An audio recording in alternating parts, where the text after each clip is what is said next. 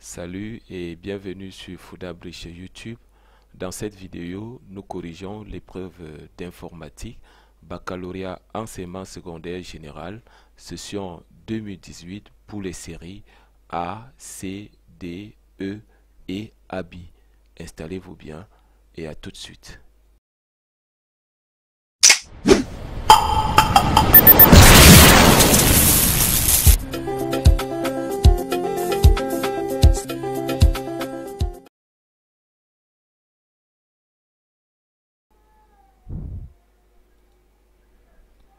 Alors, voici l'épreuve d'informatique qui a été proposée au baccalauréat enseignement secondaire général, session 2018, pour les séries A, C, D, E et AB.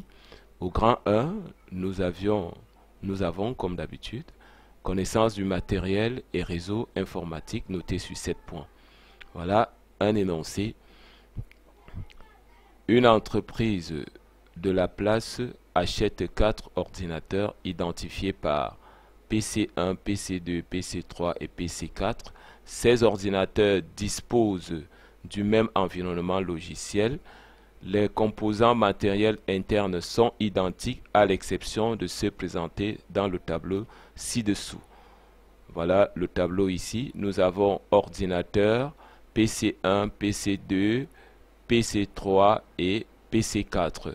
Nous avons ici CPU, RAM et disque dur. Donc, nous allons passer à la première question. Donnez la signification des acronymes CPU, RAM. Réponse: CPU signifie Central Processing Unit. En français, unité centrale de traitement. RAM signifie Random Access Memory. En français, mémoire à accès aléatoire. Deuxième question du grand 1, 1-2. Identifier selon les performances présentées dans le tableau ci-dessus l'ordinateur le plus rapide ainsi que l'ordinateur le moins rapide. Réponse: l'ordinateur le plus rapide est PC1 ou PC4 ou encore les deux. L'ordinateur le moins rapide est PC2. Nous remontons ici pour voir pourquoi. Lorsque nous cherchons à identifier la performance d'un ordinateur, surtout lorsqu'il s'agit de la rapidité, il est question de s'appuyer sur le microprocesseur. C'est le microprocesseur qui traite les informations, exécute les tâches.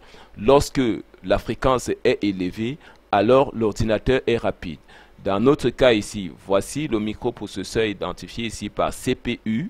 Nous avons pour le premier ordinateur ici, PC1, la fréquence est élevée à 2. Nous avons ici la fréquence pour le PC4 élevée à 2. Ces deux fréquences sont supérieures aux fréquences des deux autres ordinateurs, c'est-à-dire PC2 et PC3. C'est la raison pour laquelle les ordinateurs PC1 et PC4 ont été identifiés comme étant les ordinateurs les plus rapides. Maintenant, l'ordinateur PC2 est identifié comme étant l'ordinateur le moins rapide. Pourquoi? Parce que sa fréquence est la plus basse. Ici, c'est 1. Donc, voilà la réponse à cette question. Donc, nous passons au 2.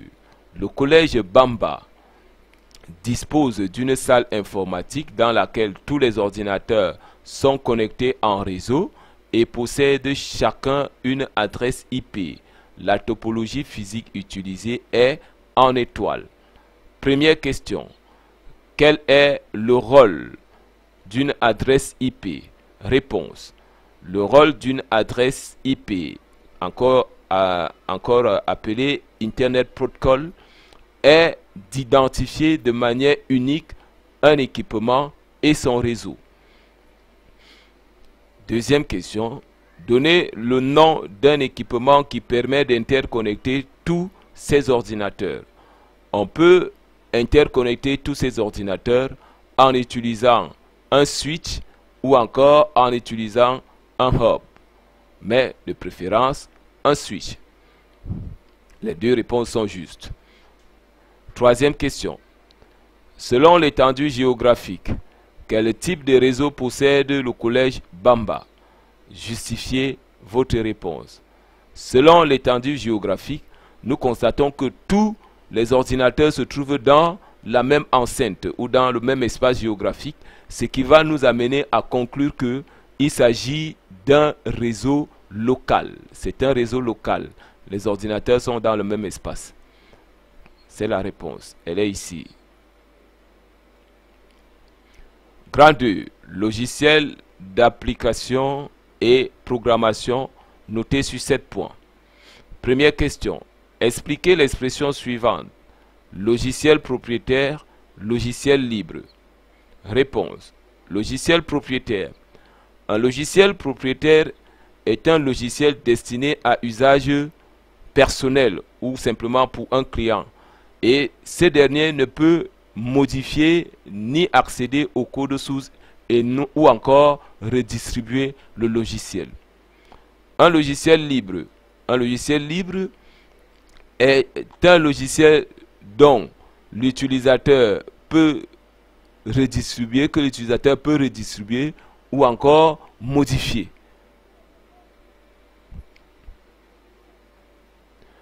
Donner une méthode d'obtention d'un logiciel propriétaire.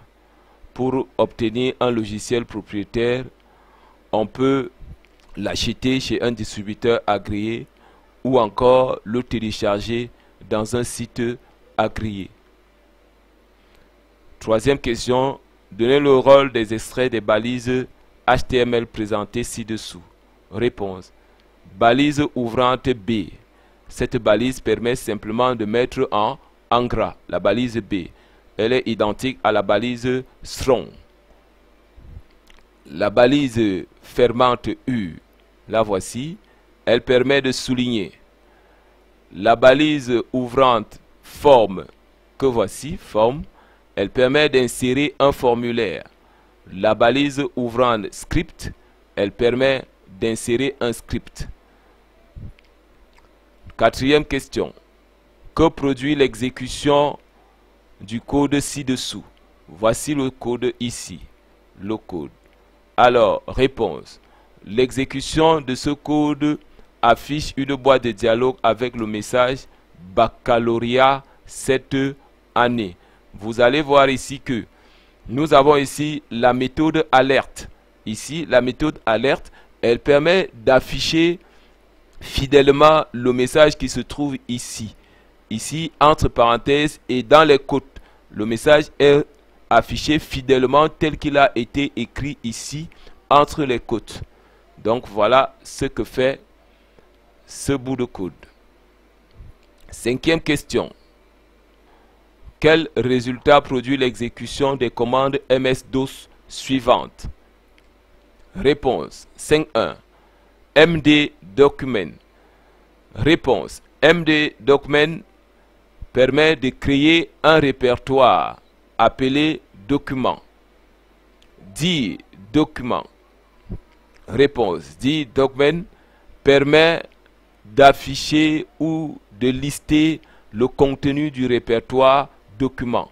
Donc, les commandes MD et dit respectivement, une ou encore MD permet de créer un répertoire et dit permet d'afficher le contenu d'un répertoire.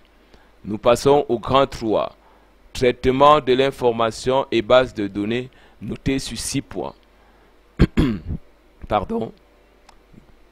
Première question. Effectuez l'opération suivante en base 2, c'est-à-dire en binaire. Réponse. L'opération suivante en base 2 nous donne ce résultat. Nous allons expliquer le résultat ici à partir du tableau. Donc, généralement, pour effectuer facilement une addition en binaire, il faut maîtriser la table d'addition binaire. La table d'addition binaire dit quoi? Elle dit ici au niveau de la remarque que si vous faites 0 plus 0, la réponse sera 0 et la retenue ici 0. Si vous faites 0 plus 1, la réponse sera 1 et la retenue sera encore 0. Si vous faites 0 plus 1, vous avez la réponse 1 et la retenue sera 0. Si vous faites 1 plus 1, la réponse sera 0 et la retenue sera 1. Et à chaque fois que vous avez la retenue, puisque vous effectuez l'addition comme en arithmétique, c'est-à-dire de la droite vers la gauche, quand vous êtes sur la colonne de droite et vous faites 1 plus 1, vous allez marquer comme réponse 0 et la retenue, vous l'affectez automatiquement à l'addition de la colonne qui se trouve à gauche. Deuxième question. Justifiez le fait que le microprocesseur travaille exclusivement en binaire. Réponse. Le microprocesseur travaille exclusivement en binaire parce qu'il est conçu par des circuits, des circuits électroniques à 2 états. Donc, l'état 1, l'état 0, c'est-à-dire lors du passage du courant et lors du non-passage du courant ou du signal. Troisième question. Les bases de données relationnelles disposent des clés primaires et peuvent être manipulées à travers des requêtes. Première question. Définis les termes suivants. Requête, clé primaire. Réponse. Requête. Une requête est une commande adressée à un serveur de données ou encore à un système de gestion de base de données. Clé primaire. Attribut ou champ d'une table permettant d'identifier de manière unique chaque enregistrement. Question 2. Soit la table enseignant dont l'extrait est donné ci-dessous. Vous avez la table. Elle a pour champ ou attribut matricule, nom, prénom, matière. Écrit la requête SQL permettant de petit a créer la table enseignant. Donc nous allons créer la table enseignant qui a pour attribut matricule, nom, prénom, matière. Donc, quand vous regardez le matricule, vous vous rendez compte que le matricule est constitué de lettres et de chiffres. Ça va nous permettre de pouvoir choisir le type de données. Le nom peut être quoi? Le nom peut être Fouda 2, Fouda 2. Donc, ainsi de suite. Vous avez le prénom, vous avez la matière. Donc, à partir de la manière dont on a choisi un nom, un matricule, cela vous permettra de pouvoir identifier, n'est-ce pas, le type de données à attribuer à cet attribut ou à ce champ. Nous revenons ici à la réponse. Create table, ici, c'est la commande qu'il faut utiliser obligatoirement pour pouvoir créer la table. Create table. Enseignant. La table s'appelle enseignant, donc create table enseignant. Et maintenant, je commence par créer les champs. Dans la parenthèse, matricule, varchar, type de données. Donc, ce sont des caractères variés. Donc, on peut avoir des caractères variés. Note nulle. Ici, c'est-à-dire que le champ là ne peut pas être laissé vide. Donc, on ne peut pas trouver un enseignant ici n'ayant pas de matricule. Donc, il ne pourra pas être enregistré. Donc, note nulle signifie que le champ ne pourra pas être nul. Donc, 5 signifie que c'est la taille, n'est-ce pas, la taille maximale la taille maximum de caractères. Donc, ici, vous pouvez compter 1, 2, 3, 4 et 5. 5 caractères. Ensuite, vous avez nom, variable, caractère, 15. On peut avoir de longs noms. Note nulle. Ça dit que on ne peut pas retrouver un enseignant qui n'a pas de nom. Prénom, varchar également. Mais là, nul. On peut retrouver une personne qui n'a pas de prénom. C'est normal. Constraint primary key, ici, c'est la contrainte sur la clé primaire. Donc, on va choisir la clé primaire ici.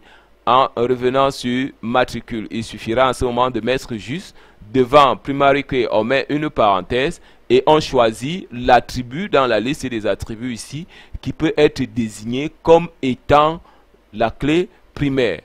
Et nous avons défini la clé primaire comme étant l'attribut qui nous permettra d'identifier de manière unique un enregistrement. Comment est-ce que je peux retrouver facilement un enseignant dans cette table? Je peux retrouver facilement un enseignant en inscrivant son matricule. Par exemple, si je mets Mbida, si vous mettez nom comme étant clé primaire, les gens peuvent avoir le même nom, les gens peuvent avoir le même prénom, les gens peuvent enseigner la même matière. Donc, matière, prénom et nom ne sauraient être des clés primaires. Et dernière question, afficher les noms et prénoms des enseignants d'informatique. Donc, afficher dans la commande ici, SQL, c'est select, qui va me permettre de sélectionner les noms et prénoms. C'est pour ça que dans la parenthèse, je mets nom, prénom, parce que l'énoncé demande d'afficher les noms et les prénoms. Donc, from, où je prends à partir d'où? Je prends à partir de la table enseignant, parce qu'il s'agit des noms et prénoms des enseignants. Donc, from, enseignant. Ensuite, where, la condition, quel enseignant? Puisque plus haut, ici, nous avons les enseignants d'anglais, enseignants de mathématiques. Donc, il faut être précis. Where, matière, ou alors, dans le champ matière, lorsque nous trouverons pour un enregistrement, matière égale à informatique, alors on va afficher le nom et le prénom de cet enseignant. Voici la commande qu'il fallait saisir pour avoir la bonne réponse. J'espère que vous avez apprécié la vidéo. Abonnez-vous pour de nouvelles vidéos, de nouveaux corrigés. Merci et à très bientôt sur Fouda Bridge YouTube.